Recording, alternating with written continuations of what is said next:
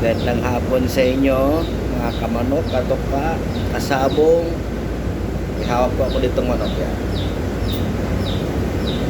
Papakilala ko muna aking sarili.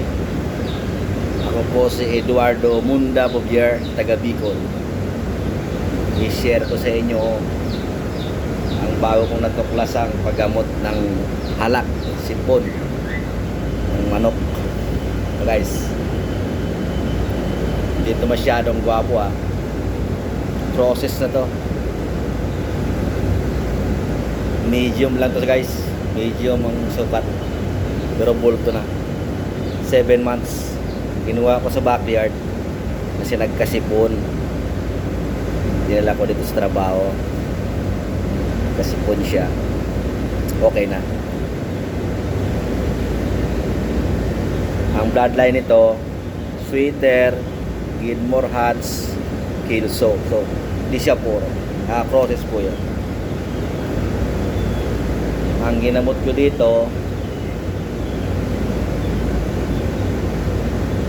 Amtil, 5 Amtil, 5 Gold Betracin, 2 Amoxicillin.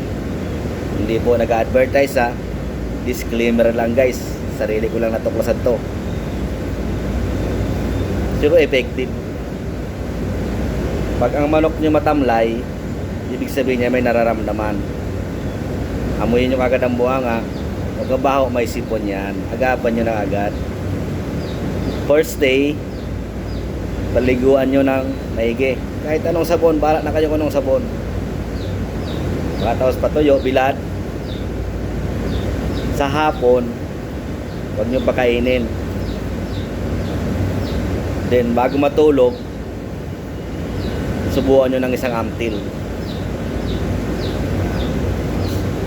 Punasan nyo ito, tapos ligo, pati buhanga, kasi may sugat yan dito sa lalamunan. Sugat yan. Ano din yung buhanga, kaya yung malungkot. Then pag sa umaga naman, subukan nyo ulit ng 1 Betracin Gold. Capsule po yan guys, capsule.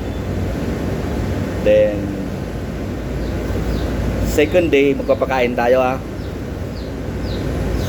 Magpakain tayo second day. Tanghali tayo magpapakain. Konti lang basa, huwag masyadong basa, sakto lang para di siya manghina. Tapos hapon naman, bago matulog, 1 Amtil ulit. Then sa umaga, Betracin Gold ulit. O dito na tayo, ganun pa rin, papakainin pa rin sa tanghali, basa, kasi masakit ang lalamunan yan, para may tonsil yan, kasi kakaubo sa tao. Yan. Ngayon, day 3, ganun pa rin, day 4, day 5 off, day 5 stop na. Stop na tayo sa Amtil saka Betracin Gold. Day 6, ano na tayo, Amoxicillin na, saka day 7. Ganun pa rin, tuloy-tuloy ng pagkain. Sa umaga tapo na, pag malakas-lakas na, wala na yan. Punasan nyo laging sipon, yan, sa ilong. Hanggang sa lumakas siya. Ngayon, pag malakas na, katulad dito, huwag nyo muna babalik sa sa dry feeding. Pupurgayin nyo muna.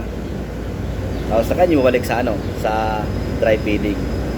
Yan, para wala na siyang sugat.